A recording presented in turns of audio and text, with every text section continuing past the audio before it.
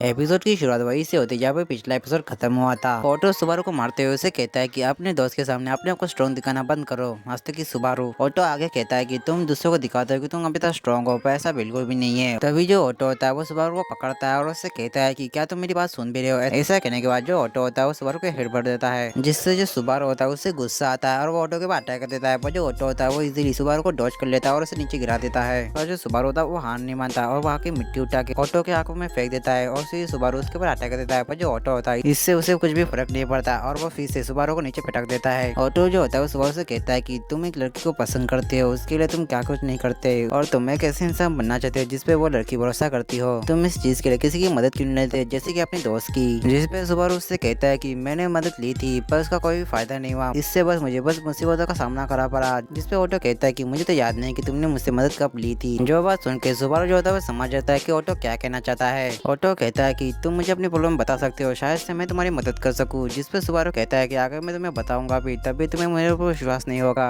जिसपे सुबारू कहता है कि अच्छा ठीक है, पर मुझे अब समझ नहीं आ रहा कि मैं कहाँ से शुरू करूँ। जिसपे ऑटो कहता है कि तुम बस बोलना शुरू करो। तो जो सुबारू होता है वो ऑटो को सारी बातें बताने लगता है और फिर हमें अगले सीन में दिखाया जाता है कि जो सुबारू होता है वो रोजवाल के पास आया होता है, जहाँ पे वो कहता है कि रोजवाल क्यों ना हम साथ में एक शर्त लगाए, अगर मैं सेंचुरी और मेंशन को दोनों को अगर बचा लेता हूँ वो भी इसी लूप में, तो तुम्हें मेरा साथ देके एमिला को क्वीन बनने में मदद करनी पड़ेगी। जिसपे रोजवाल कहता है कि तुम किस तरह के बेतों की बातें कर रहे हो, मुझे पता है कि तुम ना ही मेंशन को ना ही तुम इस सेंचुरी को बचा पाओगे। जिसपे सुबारू कहता है कि तुम्हें चिंता करने की जरूरत नहीं है, तुम्हें बस मुझे हाँ या ना कहना है। जिसपे रोजवाल कहता है कि वैसे देखा जाए तो तुम्हारी जो शर्त है इतनी बुरी भी नहीं है। जिसपे सुबारू कहता है कि इसका मतलब तुम्हारी हाँ है। ऐसा कहने के बाद जो सुबारू होता है वहाँ से जाने लगता है। बतावे और रोजवाल से कहता है कि आज से ठीक 3 दिन बाद मेंशन के ऊपर अटैक होने वाला है और इसके अलावा सेंचुरी में बर्फ भी गिरने वाली है, तो फिर तैयार हो जाना हारने के लिए। जिसपे सुबारू कहता है कि तुम इसकी चिंता मत करो, वैसे तुम अपना मेकअप लगा लो, क्योंकि जब मैं जीतूंगा तो मैं तुम्हारी शक्ल वैसे ही देखना चाहता हूँ जैसे अपने पहली बार देखा था। ऐसा कहने के बाद सुबारू वहाँ से चला जाता है। पर तभी उसे रास्ते में रैम मिलती है जो उससे कहती है कि मैंने तुम्हारी और रोजमा की सारी बातें सुन ली है, इसलिए मैं तुम्हें पहले से ही वार्न कर रही हूँ, अगर तुम रोजवाल समा को चोट पहुंचाने की कोशिश करोगे तो मैं तुम्हें नहीं छोड़ूंगी। जिसपे सुबारू से समझाने लगता है कि रोजवाल जो है वो बिल्कुल भी सही काम नहीं कर रहा, उसे बस वो रोकने की कोशिश कर रहा है। पर जो रैम होती है उसकी कुछ भी नहीं सुनती, वहाँ से चली जाती है। और तभी वहाँ पे ऑटो आता है जो सुबारू से पूछता है कि सुबारू अब क्या। जिसपे सुबारू कहता है कि अब हमें गाफिल के ऊपर ध्यान देना होगा। जिसपे ऑटो कहता है कि अच्छा ठीक है, तो मैं आगे के प्लान के हिसाब से काम करूंगा और तुम बस एमिलिया समा के ऊपर ध्यान देना। ऐसा कहने के बाद वहाँ से जाने लगता है। पर तभी सुबारू से कहता है कि कुछ है जो मैं पहले करना चाहता हूँ। और फिर हमें अगले सीन में दिखाया जाता है कि जो सुबारू होता है वो रुजु वर्मा से मिलने आया होता है, जहाँ पे रुजु वर्मा उससे कहती है कि आखिर तुम यहाँ पे क्यों आए हो। जिसपे सुबारू कहता है कि असल में बात ये है कि मेरे और रोजवाल के बीच में एक बड़ी सी शर्त लगी है और मैं चाहता हूँ कि तुम मेरी मदद करो इसमें। और इसके अलावा मैं एक और चीज के बारे में बात करना चाहता हूँ। जिसपे रुजु वर्मा कहती है कि आखिर तुम मुझसे क्या बात करना चाहते हो। सुबारू कहता है कि ये बात असल में सेंचुरी को आजाद करने के बारे में है और मैं जानता हूँ कि तुम सेंचुरी को आजाद करवाना नहीं चाहती। जिसपे रुजु वर्मा कहती है कि हाँ तुमने सही कहा, मैं नहीं चाहती। जो सुनकर सुबारू कहता है कि रुको, तुम सच में नहीं चाहती, मैं तो बस ऐसे कह रहा था। तभी रुजु कहती है कि मैं तुम्हें देख के कह सकती हूँ कि तुम असल में विचो ग्रीस से मिल चुके हो, तो तुमने हमारे बारे में पूछा होगा। जिसमें सुबारू कहता है कि हाँ उसने बताया था कि तुम असल में वो एक्सपेरिमेंट थे जिससे वो अमर बन सके और इसमें उसने 4 कॉपीज को बनाया था जिसमें से तुम एक हो। पर एक बात बताओ कि बाकी के 3 कहाँ पे। सुबारू जैसे ये कहता है कि तभी से कुछ याद आता है। फिर वो रुजु से उसका नाम पूछता है तो रुजु बताती है कि उसका असल में नाम है रुजु आर्मा। जो बात सुनने के बाद सुबारू को याद आता है कि जिससे वो पहले मिला था वो असल में रुजु बुल्मा थी। सुबारू उससे कहता है कि जिससे पहले मैं पहले मिला था वो रुजु बुल्मा थी। पर मुझे एक बात बताओ कि तुम लोग साथ में एक साथ क्यों नहीं दिखाई देती। जिसपे रुजु बताते है कि उनका जो शरीर है वो माना से बना हुआ है, जिसकी वजह से उनकी हर हरकत के ऊपर जो माना जाए वो खर्च होता है। सुबारू कहता है कि मैं समझ गया, इसलिए तुम लोग बारी बारी से अपनी जगह बदलती रहती हो। पर क्या मुझे एक बात बताओ, तुम्हें ये सही लगता है। रुजु आर्मा कहती है कि तुम काफी दयालु हो, पर लेकिन मैं तुम्हें बताना चाहती हूँ कि हम चारों में से जो रुजु सीमा है वो अलग है। रुजु सीमा का नाम सुनकर जो सुबारू होता है उसे याद आता है कि ये वही रुजु सीमा है जिसने गाफिल के साथ मिलकर उसे हॉस्टेल बनाया था। रुजु आर्मा आगे बताती है कि ठीक 10 साल पहले उसने एक प्रॉब्लम खड़ी की थी जिसकी वजह से हमने उसके पोजीशन से उसे निकाल दिया। सुबारू उससे पूछता है कि आखिर उसने क्या प्रॉब्लम खड़ी की थी। रुजु आर्मा बताती है कि उसने ठीक 10 साल पहले जब गाफिल ट्रायल दे रहा था तब वो बेहोश हो गया था। तब रुजु सीमा ने गाफिल को सेंचुरी से बाहर लेकर आ गई थी, जो असल में विच के कॉन्ट्रैक्ट के बिल्कुल खिलाफ था। इसलिए हमने ने उसे उसकी पोजीशन से हटा दिया। लेकिन मैं जरूर ये कह सकती हूँ कि जो गारफील्ड है वो सीमा के साथ मिला हुआ होता है और उसी को ही गारफील्ड के पूरे पास के बारे में पता होगा। सुबारू कहता है कि किस तरह का पास। रोज़ो आर्मा कहती है कि मैं उसी पास के बारे में बात कर रही हूँ जिसे गारफील्ड ने अपने ट्रायल के बीच में देखा था। फिर वो सुबारू से कहती है कि तुम्हें गारफील्ड के परिवार के बारे में पता ही होगा, जिस पे सुबारू कहता है कि हाँ मुझे पता है, उसकी एक बड़ी बहन है जिसका नाम फैट्रिका है। उन दोनों के जो फादर थे वो अलग थे। पर तभी जो रोज़ो आर्मा होती है वो सुबारू को एक चीज बताती है कि जो गारफील्ड है वो अपने नाम के पीछे अपने मोम का सरनेम लगाता है ताकि वो उन्हें हमेशा याद रखे। उसके बाद हमें दिखाया जाता है कि जो सुबारू होता है वो एमिलिया से मिलने आया होता है, जहाँ पे जो एमिलिया होती है वो एक जगह पर बैठी हुई होती है। सुबारू जो होता है उसके पास आता है। एमिलिया उससे कहती है कि सुबारू मुझे माफ करना, कल रात मैं ठीक से सोई नहीं, पर मैं तुम्हें यकीन दिलाती हूँ कि आज रात मैं सोने की कोशिश करूंगी। जिसपे सुबारू कहता है कि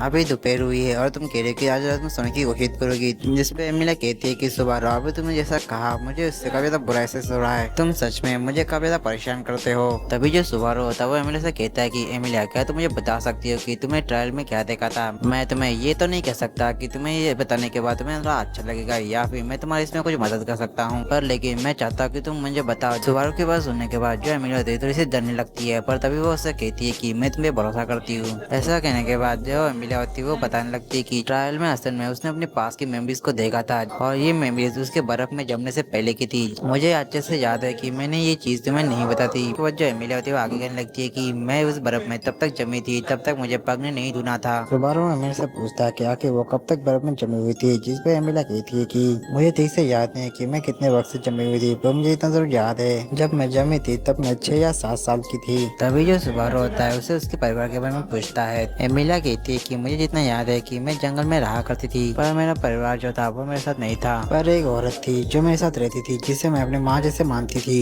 एमिलिया ये जैसे ही कहती है कि वैसे ही उसे कुछ याद आता है और वो काफी ज्यादा इमोशनल रहती है। सुबारू जो होता है वो एमिलिया को शांत करवाता है और उससे पूछता है कि बाकी सब लोगों का क्या हुआ, जिसपे एमिलिया बताती है कि मेरे बर्फ में जमने के साथ साथ वो लोग भी बर्फ में जम गए थे और जब मैं जागी थी तब मैं पग के साथ उन सभी का भी जागने का इंतजार कर रही थी, पर वो दिन कभी नहीं आया, इसलिए मैं वहाँ से निकल गई और सिलेक्शन का हिस्सा बनी। तभी सुबारू पूछता है कि आखिर जंगल का और सिलेक्शन का क्या जाना है, जिसपे एमिलिया बताती है कि रोजवाल ने उसे बताया था कि अगर वो रॉयल सिलेक्शन जीत जाती है तो वो उन सभी लोगों को आजाद करने में मदद करेगा। तभी एमिलिया सुबारू से कहता है कि सुबारू जो मैंने किया क्या वो गलत था, जिसपे सुबारू कहता है कि नहीं, तुमने जो भी किया वो बिल्कुल सही था, तुमने अपने लोगों के लिए सब किया था। जो बात सुन के एमिलिया को काफी अच्छा लगता है। इसके बाद जो एमिलिया होती है वो सो जाती है। सुबारू उसे बेड पे लगा देता है। तभी जो सुबारू होता है वो अपने मन में कहता है कि एमिलिया को उसकी ज्यादा याद नहीं आ रही, क्या इसके पीछे ट्रायल का कुछ लड़ देना है और इस सवाल का जवाब सिर्फ एक ही दे सकता है जो है पग। ऐसा कहने के बाद जो सुबारू होता है वो ऐसा दिखाता है कि वो एमिलिया को मारने वाला है। जो चीज देख के जो पग होता है वो सुबारू के हाथों को जमा देता है और उससे कहता है कि एमिलिया को कुछ छूने की कोशिश भी की तो मैं तुम्हें मार दूंगा। जिसपे सुबारू कहता है कि रुको, तुम बस गलत समझ रहे हो, मैं बस तुम्हें बुलाने की कोशिश कर रहा था क्योंकि तुम भाग जो गए थे। जिसपे पग कहता है कि मैं भागा नहीं था, मैं बस एमिलिया के अंदर था,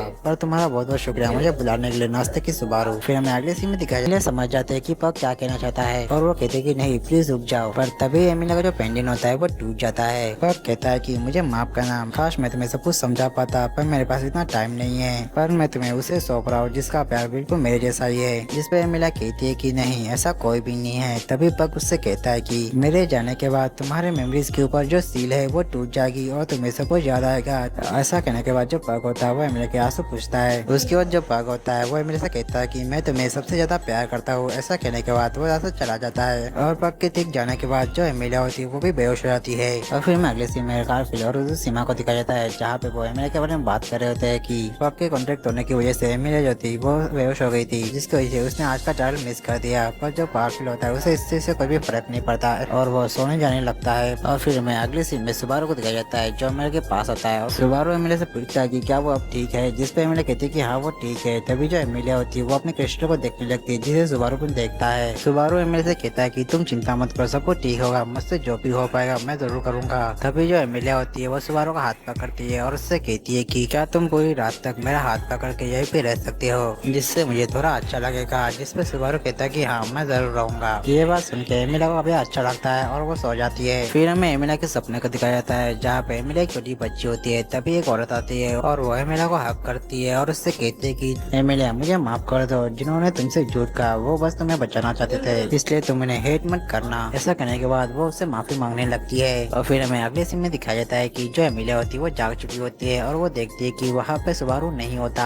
उसके बाद हमें देखने को मिलता है कि जो एमिलिया होती है वो रोने लगती है और वो कह रही होती है कि मदर आप झूठी है, स्पार्क तुमने भी मुझसे झूठ कहा और यहाँ तक सुबारू तुमने भी मुझसे झूठ कहा। फिर हमें अगले दिन का सीन दिखाया जाता है जहाँ पे जो सारे विलेजर्स होते हैं वो एमिलिया को ढूंढ रहे होते हैं। तभी वहाँ पे गाफिल आता है जो ये सब देखने के बाद राम से पूछता है कि यहाँ पे चल क्या रहा है, तो राम उसे बताती है कि एमिलिया सामान मिल नहीं रही है, क्या तुम्हें पता है वो कहाँ पे है। जिस पे गाफिल कहता है कि नहीं मुझे नहीं पता, पर मैं तुम्हें उन्हें ढूंढने में मदद कर सकता हूँ। ऐसा करने के बाद गाफिल वहाँ से भागते हुए चला जाता है और वो रुजू सिम्हा के घर में आता है जहाँ वो देखता है कि रुजू सिम्हा वहाँ पे नहीं होती। गाफिल जो होता है उसे कुछ गड़बड़ लगती है, इसलिए वो उस जगह पे जाता है जहाँ पे उसे रुजू मियर की बॉडी होती है। गाफिल जो होता है वो रुजू सिम्हा का आवाज लगाने लगता है पर उसे कोई भी जवाब नहीं मिलता। तभी उसके पीछे से एक ऑटो आता है। ऑटो जो होता है वो गाफिल से कहता है कि तुमसे मिलकर काफी अच्छा लगा, बस यहाँ पर तुमसे कुछ चीजों के बारे में पूछने आया हूँ। उस पर गाफिल कहता है कि तुम मुझसे किस चीज के बारे में पूछने चले हो। ऑटो कहता है कि ऐसी चीज जो कभी सुबारू होता है। सुबारू जो होता है वो एमिलिया के पास आके बैठता है और उससे कहता है कि एमिलिया चलो कुछ बात करते हैं। सुबारू के कहने के साथ ही एपिसोड ये पे खत्म होता है। तो मिलते हैं इसके नेक्स्ट एपिसोड का, तब तक के लिए आप सभी को सायोनारा।